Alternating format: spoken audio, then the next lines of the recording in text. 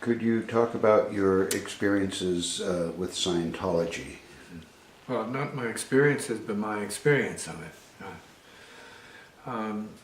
What specifically did It's did you have in mind? Because, teaching's are vast. well, it's obviously I'm not a representative, so, it's a controversial organization, and most of my exposure to it has been very negative. And so I know that you found some things that were of value there, and I'm curious what they are. Well, what I've found of value there and everywhere is the need to know. And how do people go about knowing what they need to know? And Scientology was knowing how to know. So I was curious about it. Yeah. But beyond that, and before that, a lot of the people who were in Scientology had come to me and asked me if I had ever heard about it. And a little bit, we hear about these things. And what they were going through. So I had to deal with that end of it. People going through changes, but it wasn't about Scientology, it's about the individual going through its own changes. See? So it's really the individual going through its own changes is what it's about, not your religion, but you going through your changes. It's not about your music, it's about you going through your changes as a musician.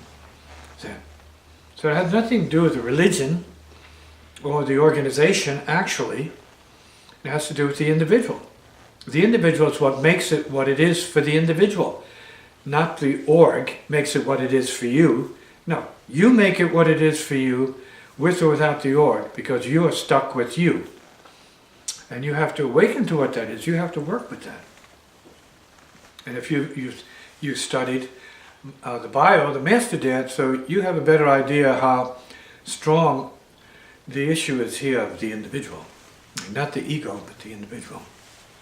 And so, did you see people going through positive changes as a result of their exposure to it? Well, when I was spending some time at Brooklyn College, music department, back in the day, I had access to a really good library. Right? And there were a number of books there written by L. Ron Hubbard. So I had an opportunity to avail myself at that point. I had the time, the energy, and interest. I read. Now, if you read, then you're going to get an aspect of it. You get something of it. I also knew many of the people, so I had a better understanding. Each one was different. It wasn't about Scientology, it's what they were doing with it. It's always what the individual does with it. It's not about Christianity, it's what you make of it, what you do with it. It's not about Buddhism, it's what you make of it. It's not about occultism, it's not about politics, it's what the individual makes of it, and there you have it. Yeah. So the technology was pretty neutral from what I read from his viewpoint.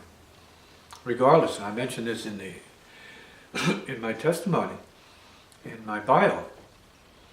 But yeah, I listened to his story, and of course he has his roots and he has his reasons for doing things, but the basic nature of it was to try and reach out to peeps.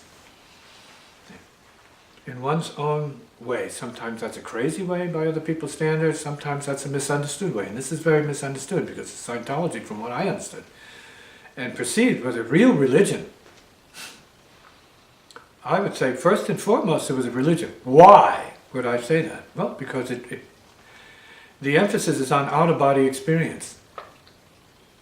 And that goes back to all the ancient teachings of all the masters, anywhere. That you're not just the body. The body's a vehicle. So as soon as, and I come from spiritual roots, so we're very strong on the point. You're spirit first, you come into the body, and you're a spirit in the body. And you gotta navigate your course in your life based upon what you understand that to mean and what it means to you as an individual, as a human, and then as a spirit. And so there are very high principles in Scientology, if you care to look at it, that have more universal application. So I'm not interested in being a Scientologist, but a person who needs to know how to know is a Scientologist, by practice. A person who lives from the heart and is compassionate to all peeps could be a Buddhist, could be a Buddha, could also be a Christian. And so these are facts. Who is what here? One who works from the heart may be a Christian. One who works from the mind, superintelligence, may be a Buddha. Yeah. And so you have to judge it more in terms of not the appearance of what it is, or the organization, but what the spirit of what it is. Same with the music. You can't judge a book by its cover, really, because all you're doing is judging the book by its cover. You don't really know. The only way you're going to know is to go inside it and know it for what it is. That's let's say, a level of meditation practice, going inside the thing. See? The same with the Eckankar movement. What interested me in that was, firstly, they pulled me in a manner of speaking. It's an invitation. That reached for me. And I had experiences. I was testing them all the time. Okay? Spirit experiences.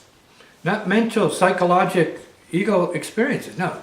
Dealing with forces in the universe. And watching how the path was unfolding in my case. You know, as a musician, as a human, and then as a spiritual intelligence. So I paid careful attention to all these different things that showed up with respect. And I said, no, there's some serious practice going here. Before I made contact with the Eckankar people, practically all of them were beautiful people. Right? Of course, they're humans. So, you got the beautiful people, and then you have human nature. There was the Kirpal people. And I was close to the Kirpal people. And then I got to be with Kirpal. Right? It happened. Now I got to meet with him, sit with him, hear him speak, and see what the ambiance, what the environment was, what the culture was. Right? It's a beautiful culture, but a traditional culture. Seeing that it was a traditional culture, I can see why an American like Paul Churchill is going to be, at some point or other, confronted with the choice to either be or not to be the culture, or be the individual, which is not about the ego. It's what it gives you. In the spiritualist teachings, the revelation is what it gives you. It. What is the it? Big question. What is that it? You got to figure that out for yourself, what it is. Because it seems that it's outside of you, it's inside of you, and then it's neither outside nor inside. So, you have a paradox by what it is. And so I found the same thing there, because my realization is the same thing. It's not about what group it is. If it's with you, then it's with every group, because you know what it is. And you can see it, you can identify it. So there's not a group out here, good or bad, positive or negative, that doesn't have what this is. And they choose to use it in their way. And that's pretty much the law. Right? So there are pluses and debits in all of them if you want to look for that. But you got to look into the human spirit to better understand why anybody's in anything. And that's the important thing, see that? Yeah. And so we're talking about Indian tradition if we're talking about the Eckankar movement. Right? The Shabd Yogis, which that's been my experience. Not about believing, it's my experience. As a musician, from birth, from before birth. And so, I'm true to that. The beginning was the Word, and the Word was, and so be it. So going back to Scientology, was their emphasis on helping the individual as an individual, or creating more members for their organization? Probably both. Yeah. Were people being helped? Yeah, those who knew how to help themselves will help themselves. I don't mean selfishly, but to use the technology to advance your intelligence. I think I read somewhere where he said, or it was advertised, this is a way to create genius, or liberate genius maybe. I mean, all the spiritual works are for that purpose, to inspire you. Lead you up. Music is for that purpose. It doesn't really do that in traditional terms. So music in general aspires towards doing that. But it doesn't do that by itself. Yeah. It's an individual function. So do you look at the course of L. Ron Hubbard's life? There's a lot of controversy in there. Do you distinguish that from his teachings? Controversy? His behaviors, let's say. I have no interest in that. I'm not going to say any of these people are model people, but their intelligence can speak for itself. Genius is that way, it's not the person. I dare say. And this is an argument in the science, within the sciences. What is it? What isn't it? So in that sense, would you say that L. Ron Hubbard was a vehicle for Spirit to use to bring this technology to people? No doubt, even if it's just a baby step. Yeah, just to think of knowing how to know. All right? It's a proposition there. Can you know how to know? You should know how to know. Yeah. So it's a helpful step for some peeps. Right. Same thing with meditation and yoga is knowing how to know. The function is to use the body and relaxation techniques to expand your consciousness, to help you see within and see without better. See? So you develop a vantage point that is superior to the one you had when you didn't know any better. See? When you were just victimized by your programs, such bad habits. Do you think that the development of the organization of Scientology was at odds with helping individuals as individuals? I can't speak for that. You're talking about a political scope. I don't have a political scope. But did I see technology? If you're really asking if I saw something there, if you had a reasonable intelligence, you could learn from it? Absolutely. Yeah, no doubt about it. Are you talking about the negative and reactive unconscious? We all need to know about that. So there's a little mix of psychology and maybe physics and various things in there that are useful, and spirituality. But as I said, the emphasis that drew me was the MEST, conquering matter, energy, space, and time dimensions and programs. And that's what we're here to do, whether you're a Scientologist or, per se, or a Christian per se. It's not about the earth plane. It is where we do our work, but it's not only about the earth plane. If you limit yourself to this, you're lost. This is not all there is. What you see is not all there is. That which sees and knows everything. Beyond what it sees and hears, feels, touches, tastes, senses, and so on. So we're talking about the soul of the human. We're talking about the human spirit. That's important. It's got to keep coming back to that, because that's all we have. There's your God right there, the human spirit. There's your genius right there, if you know how to use it, it's human spirit. Would you say that their emphasis on the organization and developing its wealth and power were at odds with serving the individual as an individual? Does it keep them in the wrong place? Or? I have no opinions on that. If you're human, you do what a human does. If you become a superhuman, then you do what a superhuman does. But if you're just a human, you're ordinary, you're playing by the same rules everybody else is, so you do what they do. So humans are humans. In every field of endeavor, in every organization, you have humans who are just humans. Then you have special humans. And it's not because of the organization, but it's because of their nature. And we have special humans that come up throughout history and make it known they're special humans. That they care for other peeps. They have a vision that embraces other peeps. Like super family. We're talking about super family. Super family of man. Right? Not the politics of man. Super family of the heart, not the politics of the heart. Okay? Super family of love, not the politics of love. So would you say that the information was freely given, or was it controlled? Well, I'm not fixed on Scientology. Right, so, I mean, it's an organization like the military. It's an organization, business, corporation. So, I have anything to say about their tactics or whatever. I met good people, that's all I can speak about. That to me is what it's about. Good people. You hear me, good people? Are there any good people out here? Yeah, left. Yeah, it's about good people. I said, all of them are about good people. You're going to find them everywhere. In the worst places, you're going to find good people. That's what's great about it. So you're going to find the best in the worst places, because there are good people out here. And good people are going to remain good people.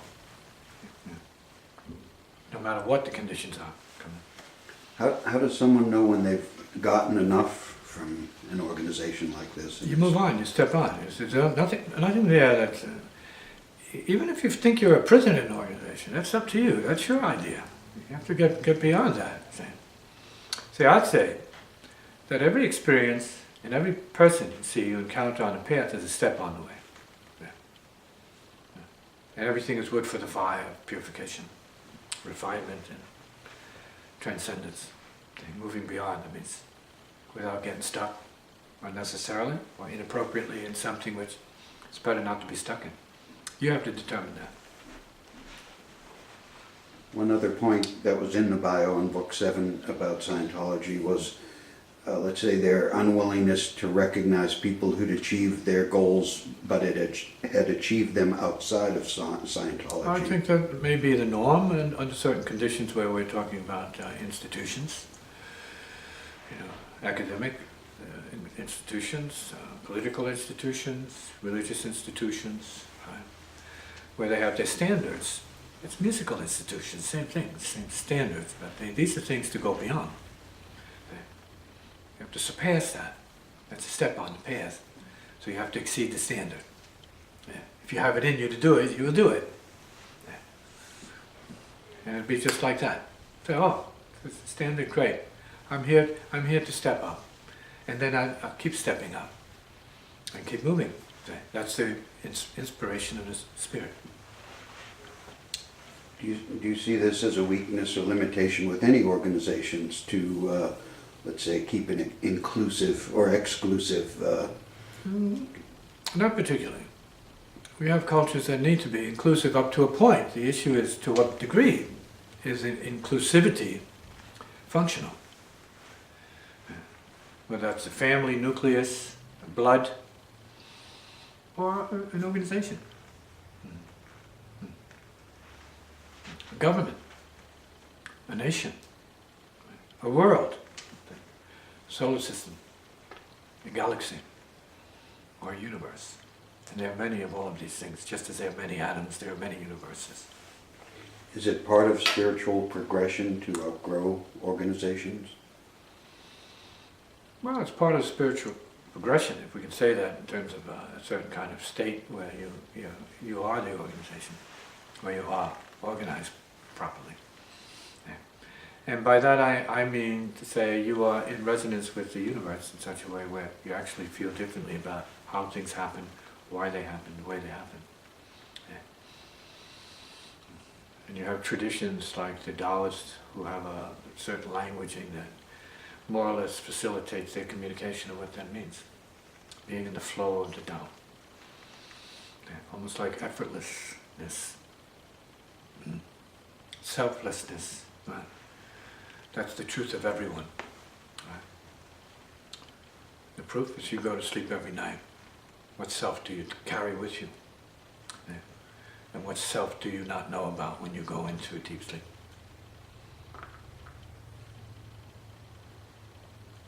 You have said things like discipline is freedom and freedom is discipline. How does that coincide with, let's say, joining an organization or participating in an organization?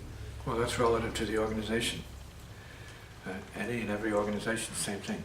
Discipline is the freedom you have, and freedom is based upon the discipline you're responsible for.